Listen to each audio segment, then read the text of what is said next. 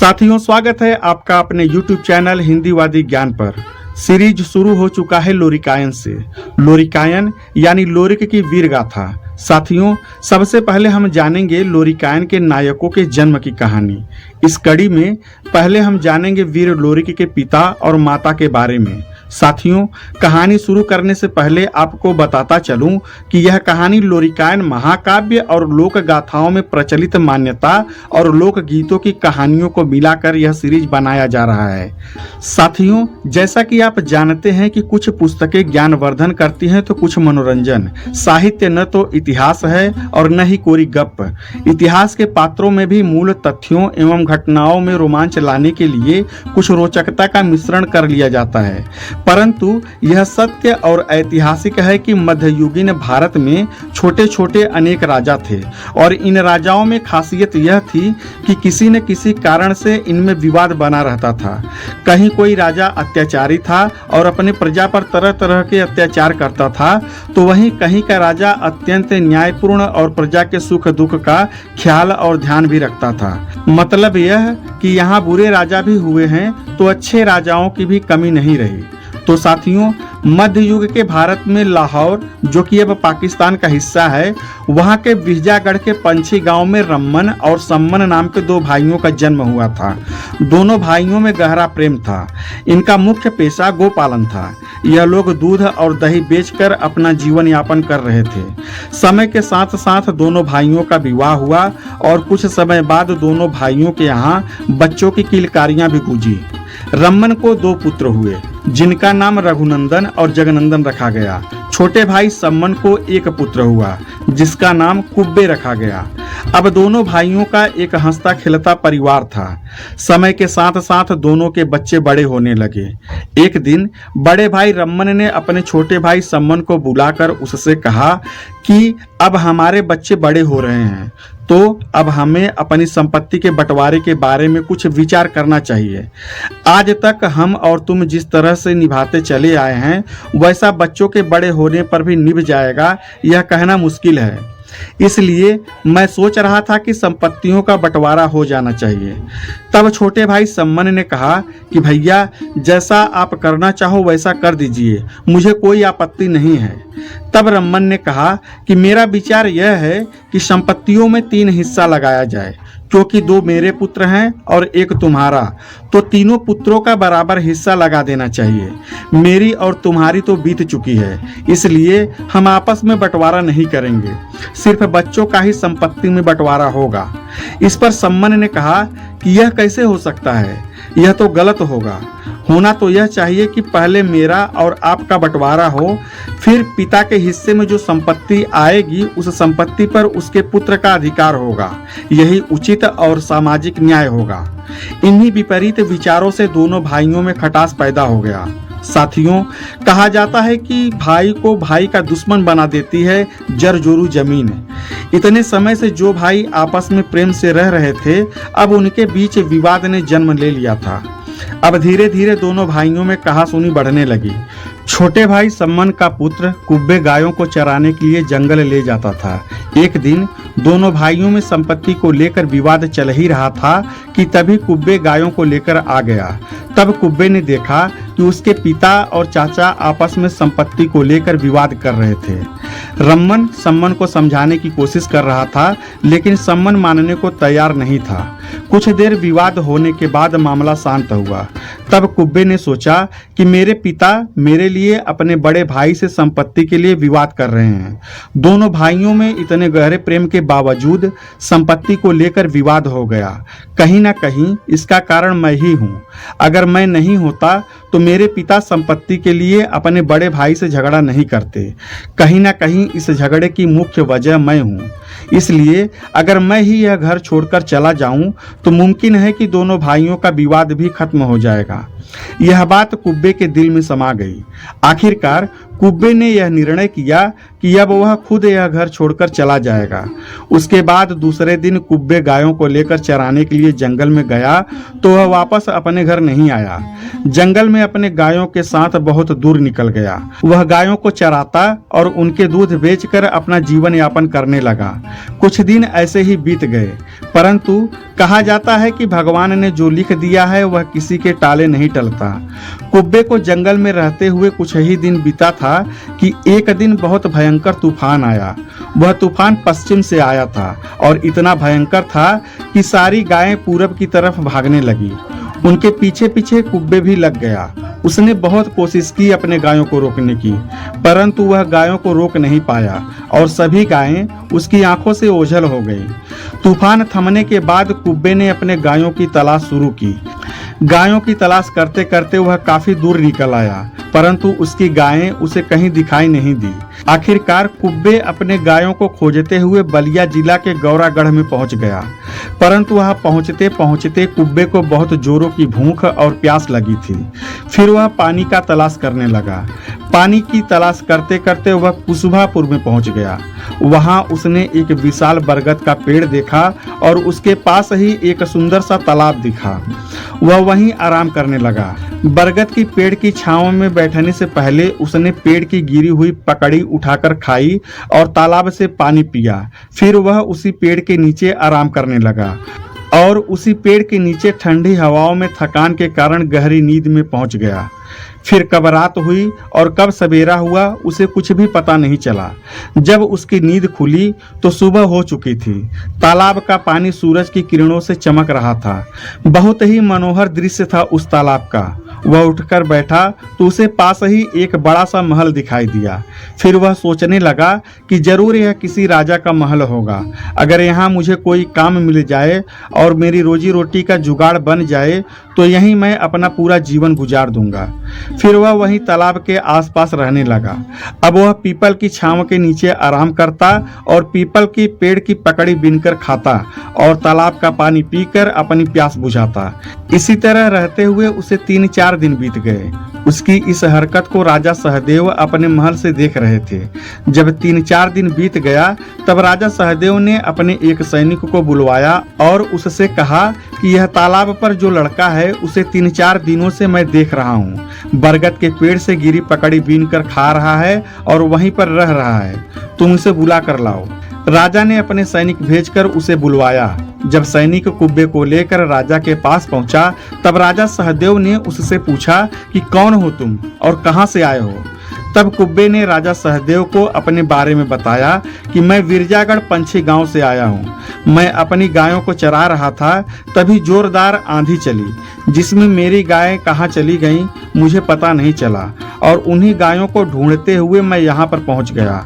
अब मैं जहां पहुंचा हूं इसके बारे में मुझे कुछ भी पता नहीं है। मैं पिछले 4-5 दिनों से कुछ खाया नहीं हूं। मुझे बहुत जोरों की भूख लगी है। राजा सहदेव को कुब्बे पर दया आ गया। उसने अपने सैनिक से उसे खाना खिलाने को कहा। जब कुब्बे खाना खा चुका तब उसके चेहरे पर संतोष के भाव थे। फिर उसने राजा से कहा कि राजा, आप बड़े दयालु हैं। हे राजा, मेरी आपसे एक निवेदन है कि अगर मुझे आप कोई काम दे दें तो मेरे लिए बहुत अच्छा होगा और मेरा पेट भी भरने का जुगाड़ हो जाएगा और मैं आपको विश्वास दिलाता हूं कि मैं अपना काम पूरी ईमानदारी से करूंगा। कुब्बे की बात सुनकर राजा ने पूछा कि तुम किस जाति के हो। तब उसने जवाब दिया कि मैं तो जाति का अहिर हूँ, परंतु आप जो भी काम मुझे देंगे मैं उसे बहुत अच्छे से पूरा करूँगा। राजा सहदेव भी अहिर जाति के थे, तो राजा सहदेव ने कहा कि क्या तुम सिर्फ खाने पर काम कर सकते हो। अब तो जैसे डूबते को तिनके का सहारा मिल गया। कुब्बे तैयार हो गए। तब राजा सहदेव ने कहा कि तुम्हें खाने पीने की कोई कमी नहीं होगी और तुम्हें हमारा गौशाला संभालना होगा। जिस पर कुब्बे तैयार हो गए। अब कुब्बे राजा सहदेव के गौशाला में रहने लगा और मन लगाकर काम करने लगा। कुब्बे ने बहुत जल्द ही राजा का दिल जीत लिया। उसके काम को और ईमानदारी को देखकर राजा सहदेव बहुत खुश हुए, जिससे धीरे धीरे वह गौशाला के साथ साथ राजा सहदेव के महल के अंदर का भी बहुत सारा काम ईमानदारी से करने लगा। राजा सहदेव कुब्बे के काम से बहुत प्रसन्न थे और एक दिन राजा ने कुब्बे से कहा कि कुब्बे, अब तक तुमने जो काम किया है वह बड़ी ही मेहनत और ईमानदारी से किया है। मैं तुम्हारे काम से प्रसन्न हूँ, इसलिए अब तुम्हें जो भी खाना है खाओ, मेहनत और ईमानदारी से अपना काम करो। और हाँ, अब तुम्हें सिर्फ गौशाला की पूरी जिम्मेदारी ही निभानी पड़ेगी। गौशाला का काम पूरा होने के बाद तुम आराम करो और अगर किसी और चीज की जरूरत हो तो तुम बेझिझक मुझसे कह सकते हो। राजा की बात सुनकर कुब्बे भी खुश हुआ। अब कुब्बे को खाने पीने की कमी नहीं थी। अब वह सिर्फ गौशाला ही संभालता था, जिससे उसके पास समय भी बचता था। इसलिए वह समय निकालकर अखाड़े पर भी जाने लगा। साथियों, कहा जाता है कि सपूत के लक्षण पालने में ही दिखाई देने लगते हैं। जब कुब्बे अखाड़े में जाने लगा और कई पहलवानों से कुश्ती लड़ने लगा तो उसके चर्चे कुंसुभापुर से बाहर गौरागढ़ में होने लगे और समय के साथ साथ कुब्बे की ख्याति भी बढ़ने लगी। साथियों, यहाँ पर कुब्बे की कहानी को अब छोड़ देते हैं। अब चलते हैं गौरागढ़ के दूसरे राजा गंगाधर की तरफ। यहाँ राजा गंगाधर की एक पुत्री थी जिसका नाम खोइलन था। राजा गंगाधर की पुत्री खोइलन शादी योग्य हो चुकी थी। राजा गंगाधर कई दिनों से अपनी पुत्री के विवाह के लिए एक योग्य वर की तलाश कर रहे थे, परंतु उन्हें कोई वर अपनी पुत्री के लिए नहीं मिल रहा था। निराश होकर एक दिन राजा गंगाधर एक पंडित के पास गए। उन्होंने पंडित से पूछा कि जरा मेरी पुत्री खोइलन के बारे में अपना पत्रा देखकर बताइए कि उसकी शादी होगी या नहीं। मैं कई दिनों से उसके लिए वर खोजने के लिए परेशान हूँ। जब पंडित ने अपना पत्रा खोलकर देखा तो पंडित जी ने बताया कि तुम्हारी पुत्री का वर तो इसी गौरा में मौजूद है। तब राजा गंगाधर ने पूछा, कहाँ? तब पंडित जी ने बताया कि आप राजा सहदेव के पास चले जाओ, उनका एक नौकर है, उसी के साथ खोइलन के शादी का योग है। तब राजा गंगाधर ने कहा कि पंडित जी, मैं एक राजा हूँ और अगर राजा सहदेव का कोई पुत्र होता तो मैं उससे अपनी पुत्री का विवाह कर देता, परंतु एक नौकर से मैं अपनी पुत्री का विवाह कैसे कर सकता हूँ। तब पंडित ने समझाया कि वह नौकर जरूर है, परंतु राजा सहदेव उसे अपने पुत्र जैसा सम्मान देते हैं और वह तुम्हारी जाति बिरादरी का भी तो है और साथ ही उसकी ख्याति दिन ब दिन बढ़ती जा रही है। साथ ही वह यहाँ का है भी नहीं, पता नहीं कहाँ से आया है। आप जाकर राजा सहदेव से इस बारे में एक बार बात करें। तब गंगाधर ने भी विचार करके राजा सहदेव के यहाँ जाने का निर्णय लिया और जब वह राजा सहदेव के यहाँ पहुंचे तो राजा सहदेव की कचहरी लगी थी। राजा सहदेव ने गंगाधर को देखा तो उन्हें प्रेम से बैठाया और अपनी कचहरी उसी समय समाप्त कर दी और राजा गंगाधर के सेवा सत्कार के बाद फिर गंगाधर से राजा सहदेव ने पूछा कि बताइए कि कैसे आना हुआ।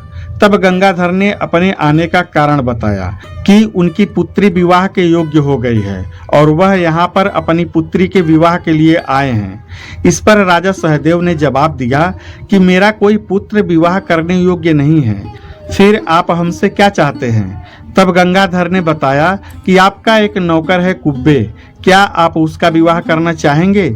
इस पर राजा सहदेव ने जवाब दिया कि ऐसा मत कहिए, वह हमारे यहाँ रह रहा है, सबकी नज़र में वह हमारा नौकर जरूर है, लेकिन वह मेरे पुत्र से कम नहीं है, मैं उसे अपने पुत्र का सम्मान देता हूँ। तब गंगाधर ने कहा कि मैं उसी से अपनी पुत्री का विवाह करना चाहता हूँ। जिस पर राजा सहदेव ने कहा कि ठीक है, मुझे खुशी होगी कि आपकी पुत्री हमारे यहाँ बहू बनकर आएगी। दोनों राजाओं के बीच बात पक्की हो गई। राजा सहदेव ने कहा कि लेन देन की कोई बात नहीं है, आपकी पुत्री हमारे यहाँ बहू बनकर आएगी, इससे बढ़कर मेरे लिए कुछ नहीं है। और दिन तय हो गया। इस विवाह की खबर जब गंगाधर की पुत्री खोइलन को लगा तो उसकी एक सहेली थी जिसका नाम विरभी था। वह जाति की दुसाधन थी। उसका विवाह भी कुशभापुर के पास दूसरे गांव में पिपरी में हुआ था। जब विरभी को खोइलन ने अपने विवाह के बारे में बताया तो विरभी खुश हो गई। क्योंकि दोनों बचपन की पक्की सहेली थी। वे दोनों अपना सुख दुख एक दूसरे से साझा किया करती थी। उसने कहा, चलो हम यहाँ तो सहेलियाँ थी ही, अब ससुराल में भी हमारा मिलना जुलना होता रहेगा। दोनों सहेलियाँ बहुत खुश हुई। तय समय पर राजा सहदेव बारात लेकर आए और हंसी खुशी से गंगाधर ने उनका स्वागत किया और अपनी पुत्री खोइलन का विवाह कुब्बे से कर दिया और फिर उन्हें उचित दान दहेज देकर विदा कर दिया। खोइलन के साथ कुब्बे कुशवापुर में कुछ दिन रहे। फिर एक दिन राजा सहदेव ने कुब्बे से कहा कि कुब्बे, मैं तुम्हें अपने परिवार के सदस्य की तरह मानता हूँ, परंतु अब तुम्हारा भी एक परिवार हो गया है। आगे सब कुछ ठीक रहा तो तुम्हारा भी परिवार बढ़ेगा। इसलिए अब मैं सोच रहा हूं कि तुम्हें कुछ जमीन और कुछ गायें देकर तुम्हारे लिए एक घर बनवा दूं, ताकि तुम वहां अपनी एक अलग दुनिया बसा सको। राजा के इस बात से कुब्बे बहुत खुश हुआ। फिर राजा सहदेव ने महल से कुछ ही दूरी पर एक घर बनवाया और उस घर के आसपास की कुछ जमीन भी कुब्बे को दे दी। साथ ही 10-15 गायें भी कुब्बे को दे दी। फिर तो कुब्बे के दिन लौट गए। अब कुब्बे गायों को चराता और खोइलन गायों की दूध दही बेचने लगी। कुछ दिनों बाद जब गाय बछड़ा देने लगी तो दोनों पति पत्नी गायों के बछड़ों को भी बेचने लगे, जिससे उनका जीवन यापन अच्छे से होने लगा। धीरे धीरे दोनों संपन्नता की ओर बढ़ने लगे। अब दोनों पति पत्नी का जीवन पटरी पर आ गया था और दोनों अपनी जिंदगी में बहुत खुश थे। उन्हें दुख था तो सिर्फ एक बात का कि अभी तक उन्हें संतान सुख प्राप्त नहीं हुआ था। साथियों, कहानी को ज्यादा लंबा ना करते हुए यहाँ पर विराम देते हैं। अगले भाग में हम जानेंगे कि अब कुब्बे और खोइलन के जीवन में क्या बदलाव आए और उन्हें संतान सुख की प्राप्ति कैसे हुई। तो आगे की कहानी जानने के लिए हमारे साथ बने रहें और हिंदीवादी ज्ञान चैनल को सब्सक्राइब करें, क्योंकि यहाँ पर आपको वीर गाथाएं सुनने को मिलेगी। वीडियो को लाइक करें और ज़्यादा से ज़्यादा शेयर करें। धन्यवाद। जय हिंद।